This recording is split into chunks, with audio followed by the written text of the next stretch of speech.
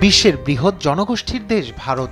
দেশটিতে রয়েছে বিভিন্ন ধর্ম, বর্ণ ও ভিন্ন ভাষাভাষী মানুষ। এবার বৃহৎ এই দেশটির ধর্মীয় স্বাধীনতা নিয়ে ভয়াবহ তথ্য দিয়েছে যুক্তরাষ্ট্রের commission on international religious freedom USCIRF।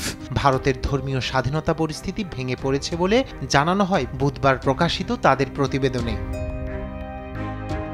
2024 সাল জুড়ে উগ্রবাদীরা বিভিন্ন ব্যক্তিকে হত্যা করেছে, নির্যাতন করেছে, ধর্মীয় নেতাদের কিভাবে নির্বিচারে গ্রেপ্তার করা হয়েছে এবং তাদের বাড়িঘর ও উপাসনালয়গুলো ভেঙে ফেলা হয়েছে তা তুলে ধরা হয় যুক্তরাষ্ট্রের কমিশন অন ইন্টারন্যাশনাল রিলিজিয়াস ফ্রিডমের ওয়েবসাইটে প্রকাশিত ওই প্রতিবেদনের সারমর্মে। এতে আরও বলা হয়, এ ঘটনা বিশেষ করে ধর্মীয় স্বাধীনতার গুরুতর লঙ্ঘন, ধর্মীয় সংখ্যালঘু এবং তাদের উপাসনালয়গুলোর বিরুদ্ধে হিংসাত্মক আক্রমণকে উস্কে দেওয়ার জন্য সরকারি কর্মকর্তাদের ঘৃণাত্মক বক্তব্য সহ ভুল তথ্য এবং বিভ্রান্তিকর ব্যবহারও তুলে ধরা হয় ওই প্রতিবেদনে।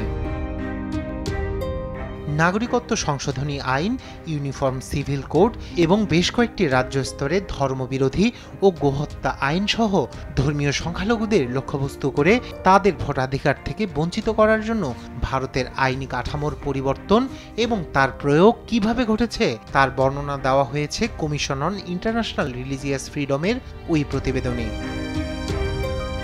এদিকে দৃঢ়ভাবে ওই প্রতিবেদনকে প্রত্যাখ্যান করেছে ভারত। প্রতিবেদনটিকে পক্ষপাতদুষ্ট বলে খারিজ করেছে দেশটির পররাষ্ট্র মন্ত্রণালয়। এদিকে ভারতকে বিশেষ উদ্বেগের দেশ বা CPC তালিকাভুক্ত করতে মার্কিন পররাষ্ট্র দপ্তরকে পরামর্শ দিয়েছে USCIRF।